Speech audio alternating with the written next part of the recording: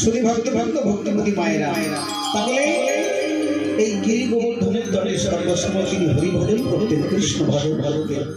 আর এই ভজন করতে করতে এই যে গিরি গোবর্ধন,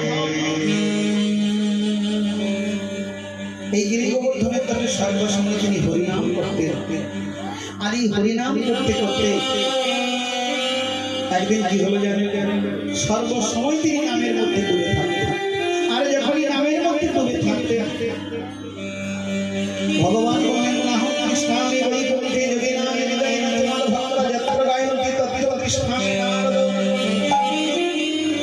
ভগবান কোথায় থাকে জানো? ভগবান বললেন নাহং কৃষ্ণামি বৈকুণ্ঠে, আমি বৈকুণ্ঠেও থাকি না সর্বসময়, যদিও আমার বৈকুণ্ঠে বাস, কিন্তু সর্বসময় আমি বৈকুণ্ঠে থাকি না। বলে কোথায় থাকে প্রভু? বলে যোগিনামি হৃদয়েন, মানে যোগী মুনি ঋষি সাধক সাধিকা তাদের কাছে থাকে। বলে না, সেখানেও থাকে। বলে তাহলে কোথায় থাকে? বলে মত ভক্তা, মানে আমার ভক্তরা যেখানে গুণাগুণ করে সেখানে আমি অবস্থান করি। তাহলে ভক্ত যদি হরিনাম করে তাহলে ভগবান সেখানে কি থাকতে থাকেন না? নিশ্চয়ই থাকেন। ভগবান বললেন মত ভক্তা, মানে আমার ভক্তরা যেখানে আমার গুণাগুণ কীর্তন করে সেখানে শুধু ভক্তমতী মায়েরা। তাহলে আজকে এখানে ভগবান আছেন না নাকি? তাহলে আমাদের কথা মিথ্যা হয়, কিন্তু ভগবানের কথা কখনো মিথ্যে হয় তাই আজকে কি করলেন না, এই মাধবের নিবাদ সর্বসময় কৃষ্ণ নাম করে, হরিনাম করে, সর্বসময় তিনি নামের মধ্যেই ডুবে থাকে।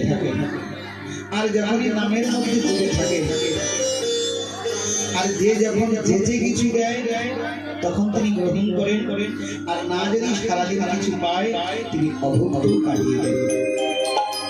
এইভাবে চলতে চলতে এই মাধবেন্দ্র পুরী যখন নামের মধ্যে ডুবে গিয়ে করে জল বহিয়ে এই সময় বৃন্দাবনের কৃষ্ণ গোপাল তিনি আর স্থির থাকতে পারলেন না।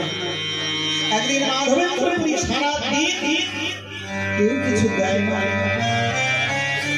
তিনি অযাচিত বস্তু গ্রহণ করতেন। কেউ যদি যেচে দিত গ্রহণ করতেন, আর না যেচে দিলে তিনি কখনো গ্রহণ করতেন না। তাই আজকে সারাদিন কেউ কিছু দেয় না, আর সারাদিন কিছু সেবাও দেয় না। মাধবেন্দ্র পুরী পরিণাম করেই চলছে। কিন্তু এইদিকে কি হলো জানো না, এদিকে বৃন্দাবনের গোপাল তিনি নিজে সেবা করতে পারছেন না। পূজারী গোপালকে সেবা দিচ্ছে, কিন্তু গোপাল সেবা পাচ্ছে না। তাই গোপালের গোপালকের বেশ ধারণ করে মনে মনে চিন্তা করলেন, আমার পরম ভক্ত মাধবেন্দ্র পুরী সেবা করে না, আমি কেমন ভাবে সেবা করতে পারি।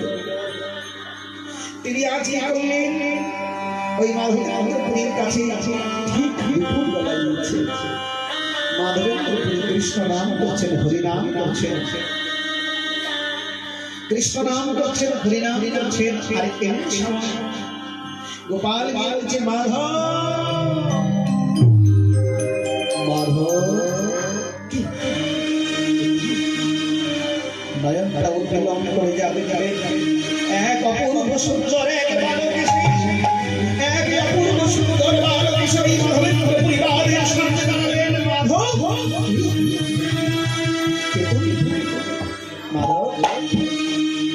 কি হলাম? আমি হলাম ওই বৃন্দাবনের এক ব্রজবাল।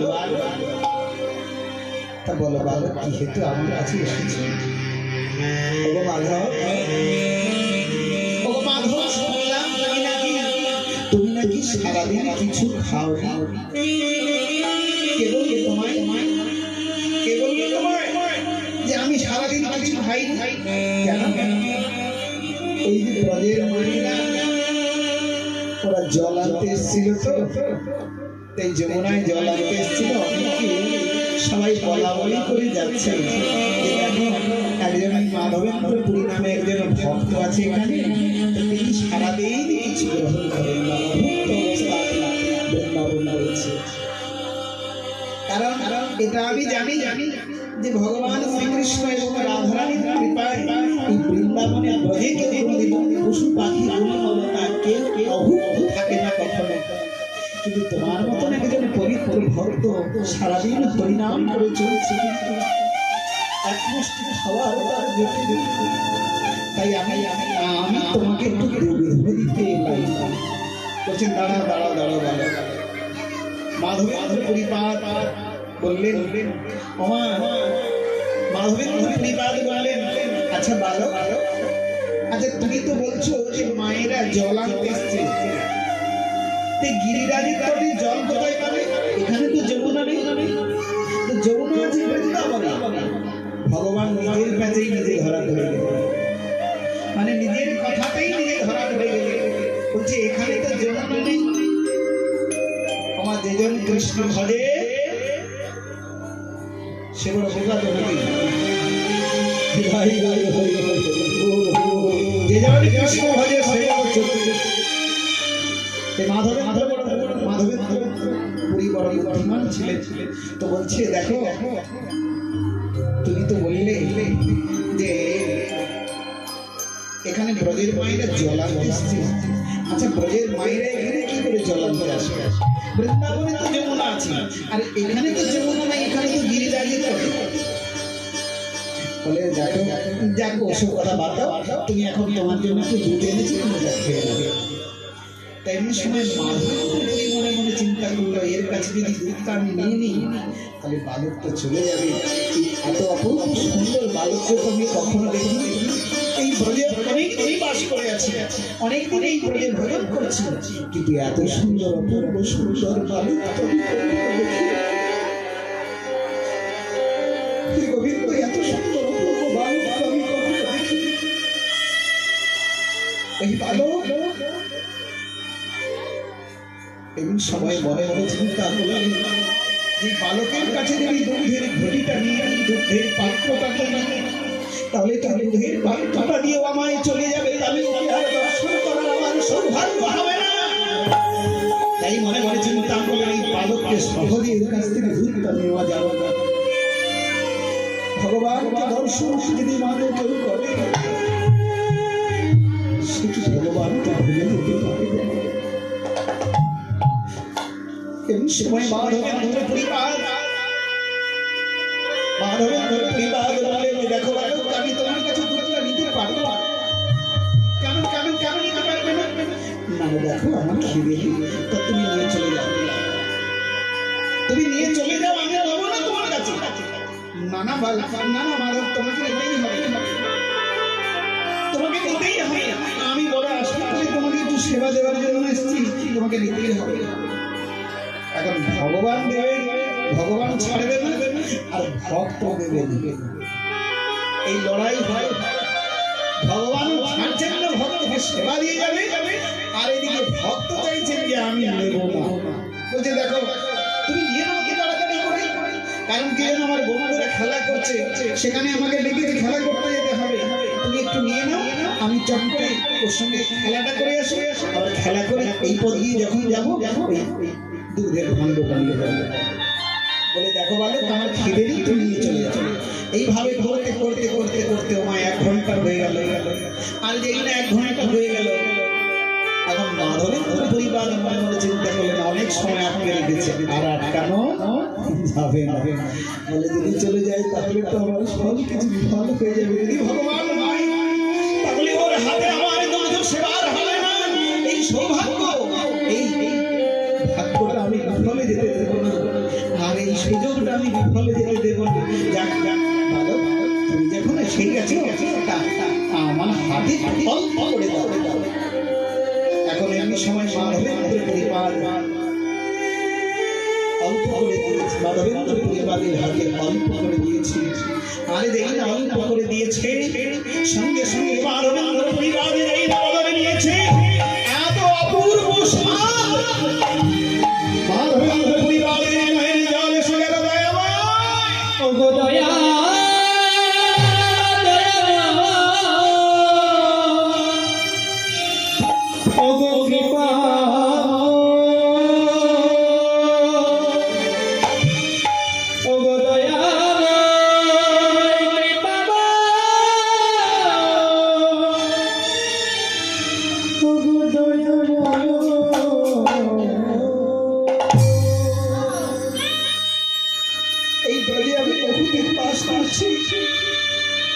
কত দুধ সেবা করেছি,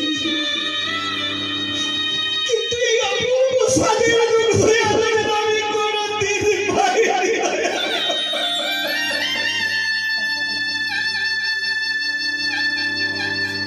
এই এত অপূর্ব স্বাদের দুধ আমি কোনোদিন সেবা করিনি।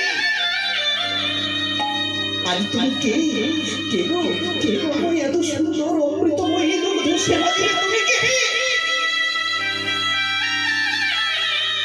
ভগবান কোনো কথা বললেন না। মাধব, নাও না বড় পাত্রটা, নাও না, আমি সেবা করো। মাধব চিন্তা করলেন এই দুধের পাত্রটা আমি সেবা করি। বালকরূপী ভগবান বললেন, দেখো ও মাধব, এই ঘড়িটা তুমি নাও, সোনার পাত্রটি নাও। আমি যখন বন্ধুদের সঙ্গে খেলা করে বাড়ি ফিরব, তখন তুমি আমাকে ওই পাত্রটা ধৌত করে আমি এসে নিয়ে চলে যাই। এমনি সবাই সেই বালকের মুখটা যেন নয়নের মধ্যে অঙ্কিত হয়ে গেল, হৃদয়ের মধ্যে অঙ্কিত হয়ে গেল। এত সুন্দর অপূর্ব বালককে আমি তো প্রথমত কখনো দেখি।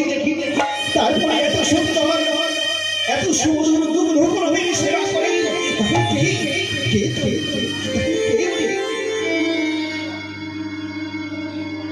মনে মনে চিন্তা করেছিল যে ভগবান নিশ্চয়ই আমার সামনে এসেছে। আজকে মাধবের কৃপা তিনি কি করলেন, ওই দুগ্ধ সেবা করে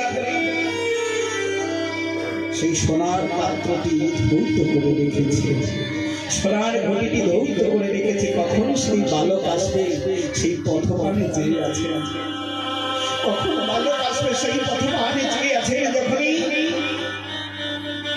দুপুর থেকে বিকেল হয়ে গেল, বিকেল থেকে সন্ধ্যা হয়ে গেল, সন্ধ্যা থেকে গভীর রাত্রি হয়ে গেল, সেই বালকের আর দেখা নেই। বালকের যখনই দেখা নেই, একদিকে চোখে ঘুম আসছে না কেন জানে? সাধুদের তো কোনো চাওয়া পাওয়া থাকে না। আগে একটা সোনার ঘটি মানে কত মূল্যের দাম।